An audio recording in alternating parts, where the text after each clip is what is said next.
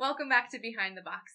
This is our third and final video covering Day 3 and our final thoughts of the 2018 UK Games Expo.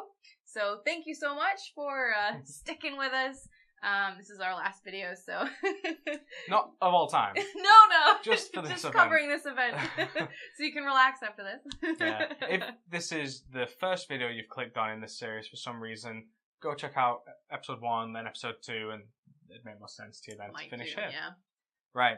This was a really short day for us compared to the other two, because we're only booked in for one thing, which is at 12 o'clock, and that was Lifeform, being produced by All or Nothing Productions. This game is kind of like the movie Alien in a board game, except for it's like a one versus many. So one person plays as the alien, everyone else plays as survivors on this space shuttle that is essentially got a timer going off to blow it up, and we need to gather the resources we need to escape, get on the shuttle, and then leave, and hope that the alien didn't hitch a ride. If so, then we've got like a shuttle battle that we gotta do. Yeah. This game was really, really good. Very interesting. We played as survivors. My brother played as the alien. And some of the mechanics in this game really, really impressed me. I liked this game's design a lot. I think the cards, do you want to talk about the cards that you get to choose from? Yeah, so you've got different cards there that are going to help you, and you have choices on the cards. So sometimes you'll have a card that won't have many choices. Maybe something will let you search, an area or collect something or move something, or it might let you move. But then sometimes you get these really cool cards that have all kinds of choices on them, and you might be able to use a flamethrower or do multiple actions, and that's really fun. And the alien kind of has the same thing, same sort of system. Yeah, so it doesn't have, I don't think, the problem that you get in a lot of these asymmetric games where people feel a little uncomfortable jumping into the alien or a different role because there's so many different rules you've got to know. I think that there's enough similarities between the two that you can pick it up relatively quickly. I mean, that was something we commented on when we did the session, and the designer, who was the one teaching us the game, said that was an actual aim of his for this. He didn't want to have like a Fury of Dracula game that takes like 3 hours, and it's hard to be a player that gets thrust into the role of Dracula if you've never done it before and you're playing against people that kind of know what they're doing, because there's a lot of new stuff for you to have to do. In this game, the alien basically has the same mechanics that he uses as everyone else. Yeah. And so you do have this really easy, interchangeable player order game by game, and it only takes about 90 minutes to play, which was another thing that was really cool. The timer, the way that you do the timer in the game, it's not just you have 20 turns or whatever to get off before the ship blows up. You do have this tracker of how long it's going to take for the ship to explode, but you, as the players, control that. If you want to draw more cards, you push the timer down by 1, which worked fantastically. Yeah, it becomes a choice at that point, a decision that you're making. And there is a little bit, like with some games of like a player elimination that happens, where someone's killed off or something. But they fixed that by having, if you should get eliminated, you could play as the cats, or you could play as the computer mainframe or something. So you've got a way of staying involved and helping your team out if that happens. Now, that's fun. Yeah, we didn't experience those because we were both controlling 2 characters each. One of mine died, the other one stayed alive until the end when we both died horribly. Yeah.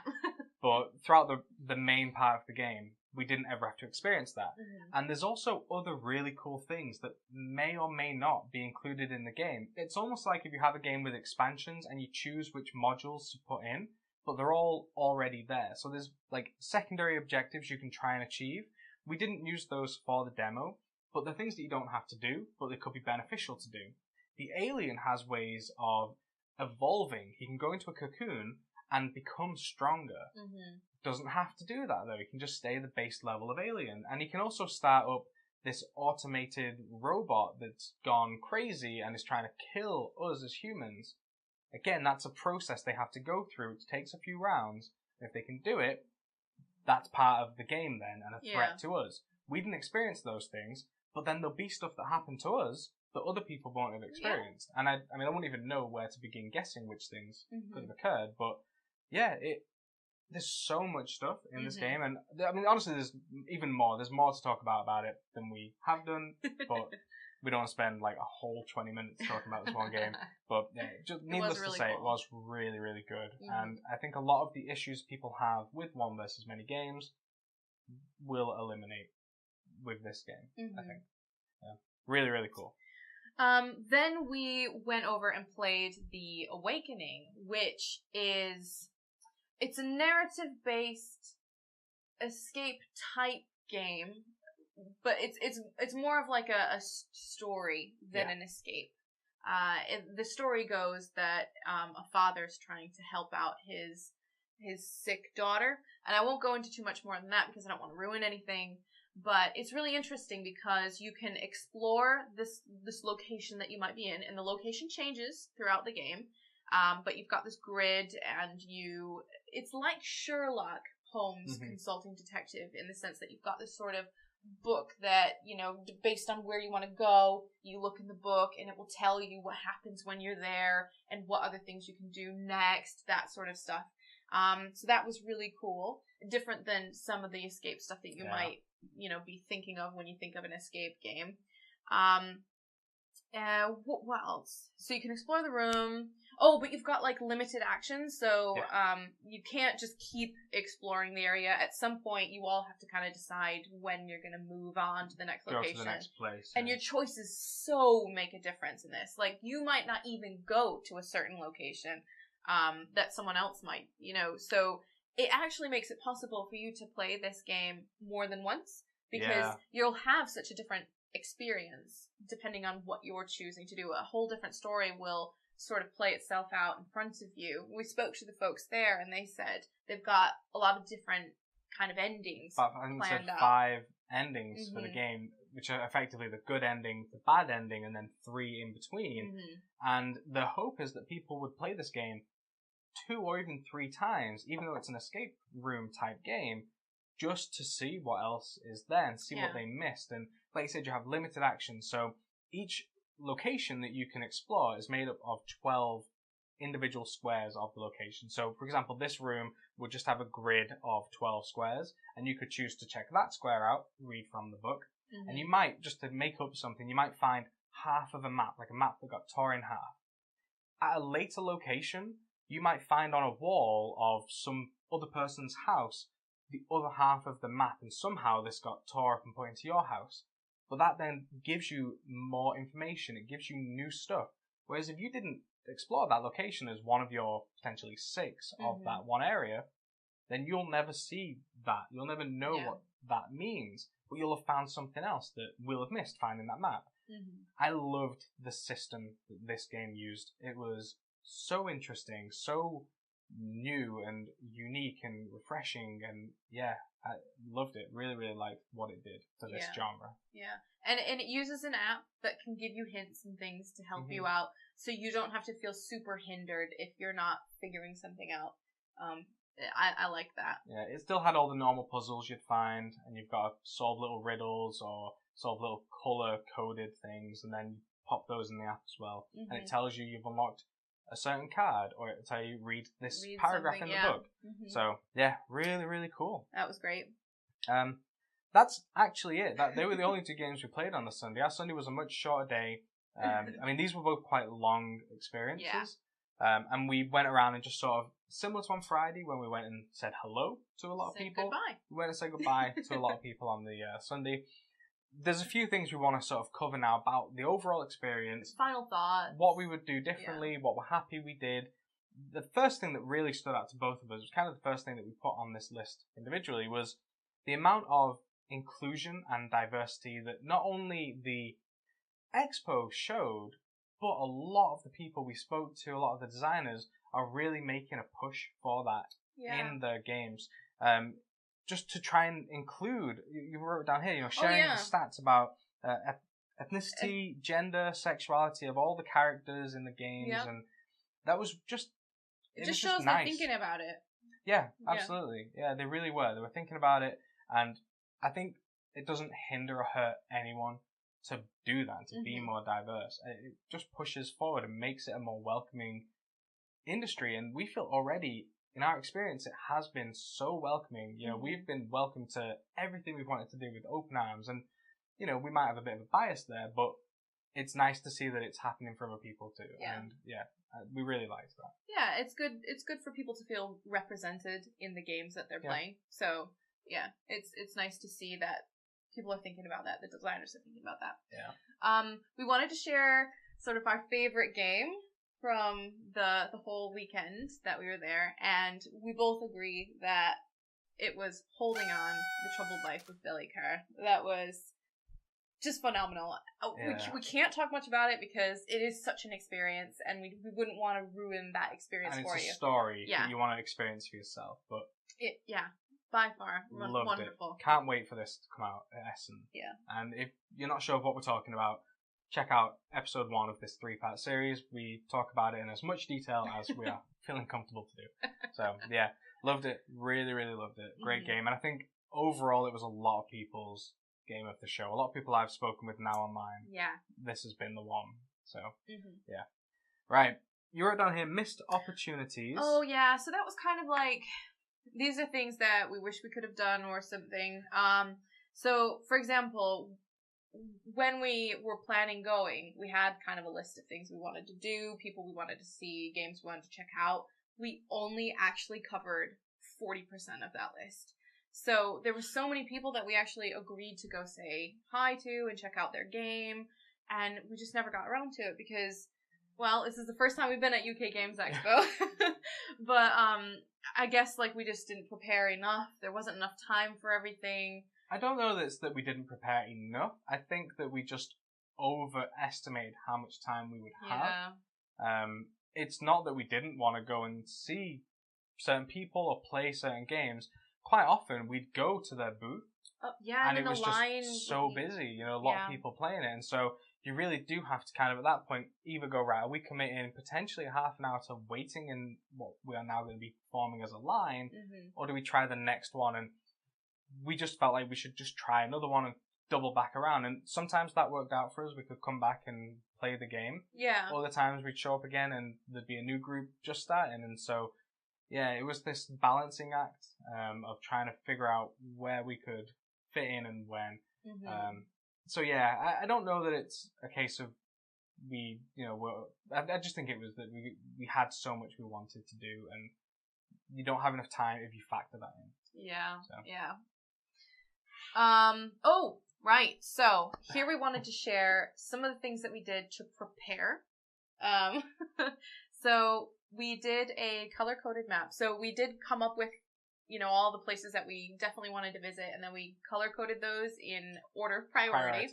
And then we colored in on the map of the expo where we needed to go so we could kind of think of an order. We could look at it. This was especially useful on the Friday. As we mentioned, in the morning we had specific people we wanted to go and talk to and say hi to. They were sort of color-coded in like a red to say these are, when we get there, we're not trying to play games, not trying to do anything specific other than say hi. And we just sort of were able to look at that and go, right, well, we'll start here, go up there, go across, go like that, go like that, go like that.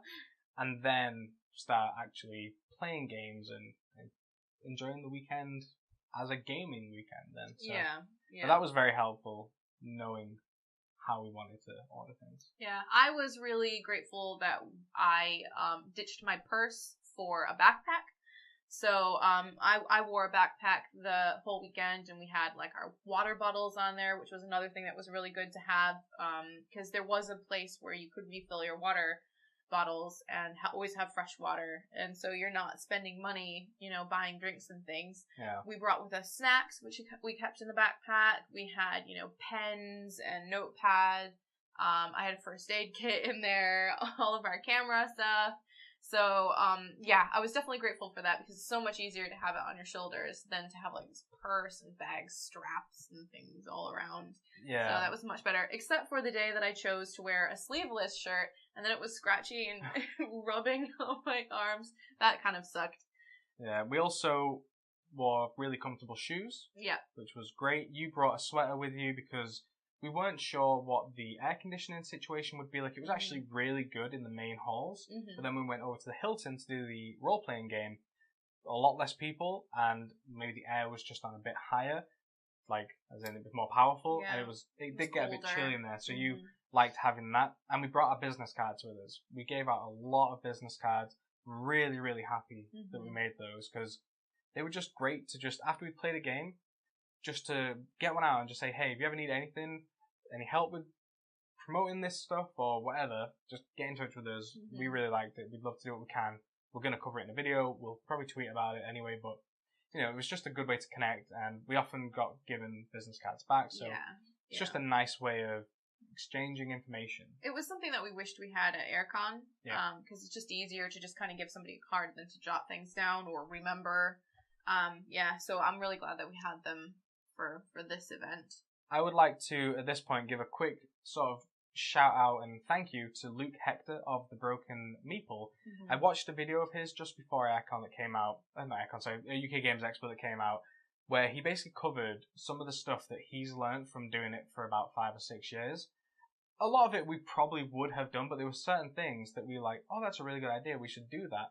And it definitely paid off. Really, really helped. I don't know that you'll see the video, but yeah. The snacks and the drinks and things, that definitely worked out. That was really, really helpful. Things that we would do differently.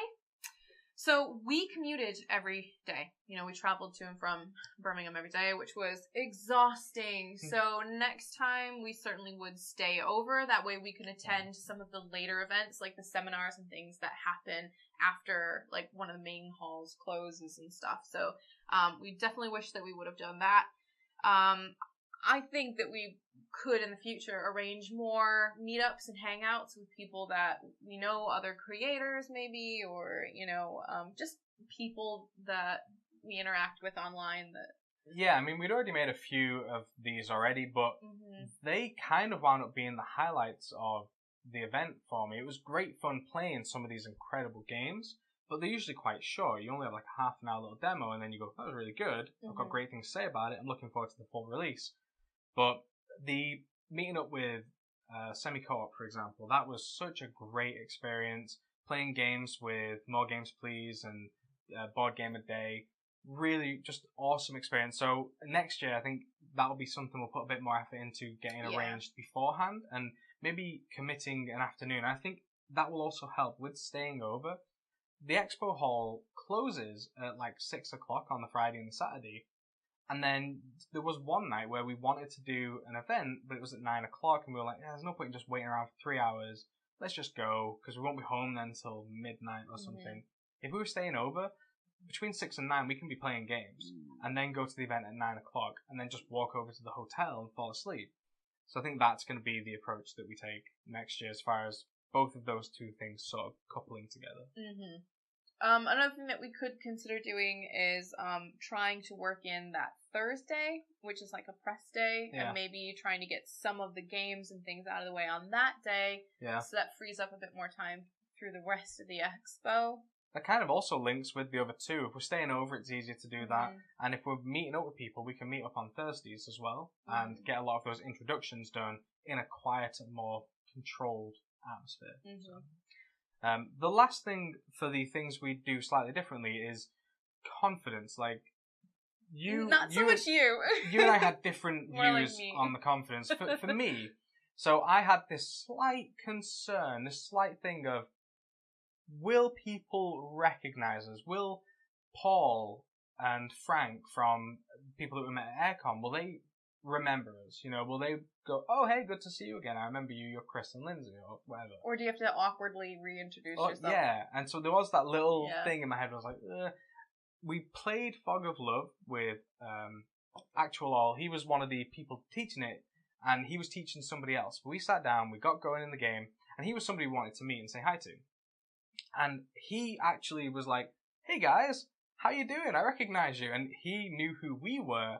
That kind of alleviated it for me instantly, because we did that kind of before we did most of the other stuff, and so that was very reassuring in a way to go, okay, no, people do recognize us. And I still had it a little bit when going and meeting Z Garcia, right after that from Dice Tower, Board Game Blender that we do. And as soon as he looked up and saw us, I could tell in his face he knew who we were. So we went up to him and he was like, instantly like, "Hey guys, how you doing?" And he shook our hands and we had a chat with him. So yeah, I think I just needed those two things, a little bit of reassurance to go, should we approach these people or are we strangers to them at this point? So yeah, it was, I'm glad that we got to experience that. Your confidence thing was a little bit different than mine. Yeah, I'm an awkward person just in general. Unless I have a script to follow or something, I tend to be kind of weird. Especially when I'm around people who I look up to or admire in some way, or, view it as, like, celebrity. Yeah. Degree. So I tend to be kind of weird. And I had a couple interactions like that where I just forgot names for things, forgot words, didn't know how to get my words out. And the thing is, right, when you do YouTube, you're just talking at a camera. Like, I'm looking at a camera right now. Hi. So I'm not, like, actually having any interaction with any person. And so the only practice you get at being confident around people is at these events. And of course, like, you're gonna be kind of rusty.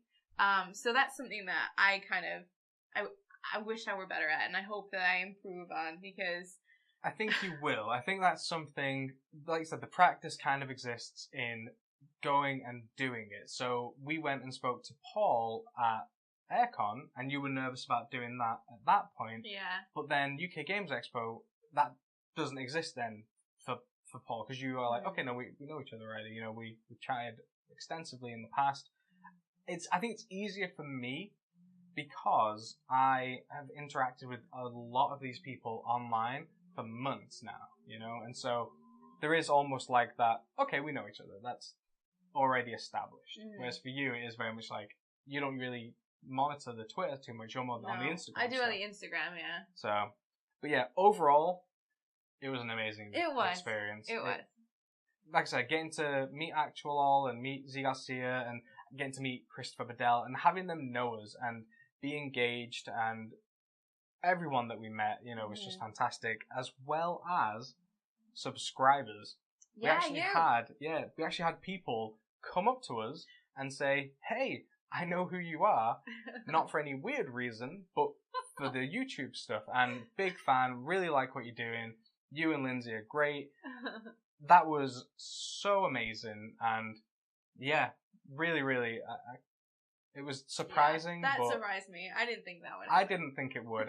When we went to Aircon, I was like, "Do you reckon anyone's going to talk to us?" And then no one did, and I was like, "Oh, that makes sense." Yeah, makes sense, because we're no one.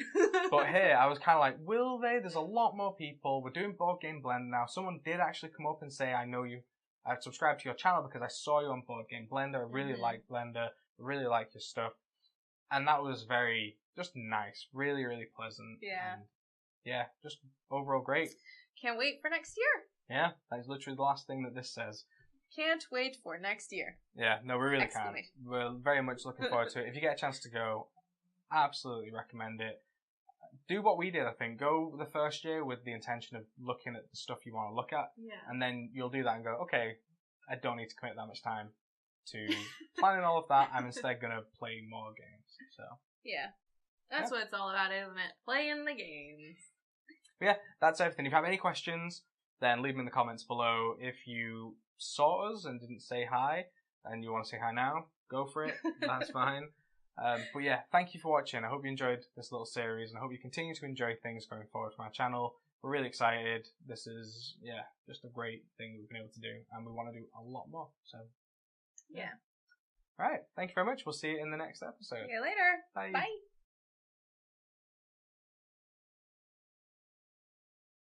Welcome back to Behind the Box. So this is our third and final video that covers our experience for the okay, let's try that again.